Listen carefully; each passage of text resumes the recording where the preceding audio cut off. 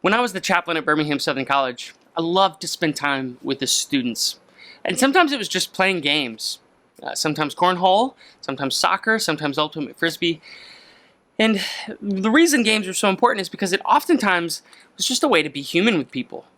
You know, when I met new students, very rarely could I ever just launch into a discussion about Jesus' divinity or about baptism or about the virgin birth. Instead, it was just good to get to be people with people.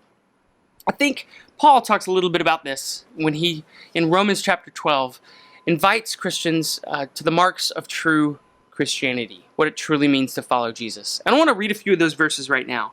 But he says, "Let love be genuine, hate what is evil, hold fast to what is good, love one another with mutual affection, outdo one another in showing honor.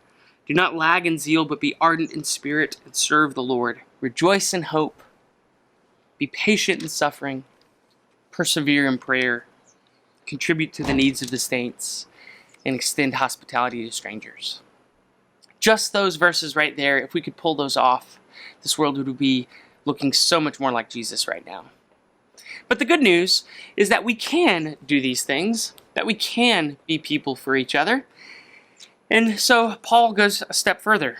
And I would have students come by my office often because I was the chaplain, and they would show me these videos of theologians that they didn't like, theologians that made them angry. And they'd say, "What am I supposed to do with this?" And I want to offer Paul's response, maybe as a way, too, of saying what we can do in the midst of this pandemic, what we can do in the midst of these hard conversations about race, what we can do as our world shifts in this place, and yet God still loves us.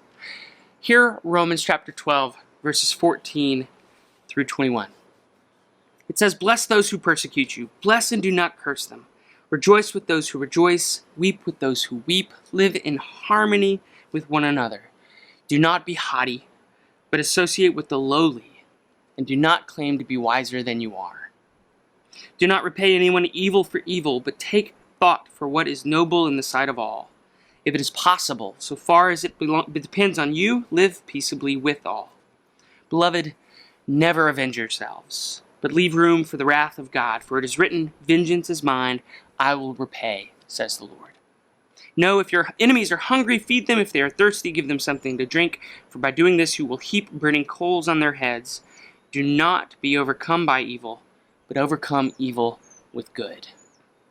What Paul hopes in, and what I hope that we can as well, is that we can overcome evil with good. That we can really do the things that show that we're above all this mess. The mess, of course, that I'm talking about is the invitation to be evil, to give in to those temptations. Students at Birmingham Southern were often invited to get to meet people who were different than them, and they often took their interactions as an invitation to see themselves less.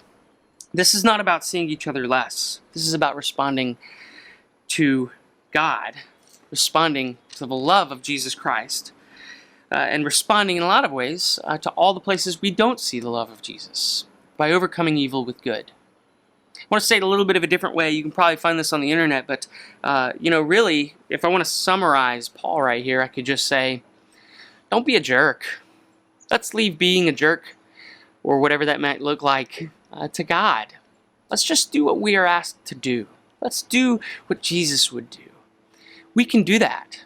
And I'd bet that you, like me, whether it was in college playing hacky sack or cornhole, somebody loved you, even maybe when you weren't sure you deserved to be loved.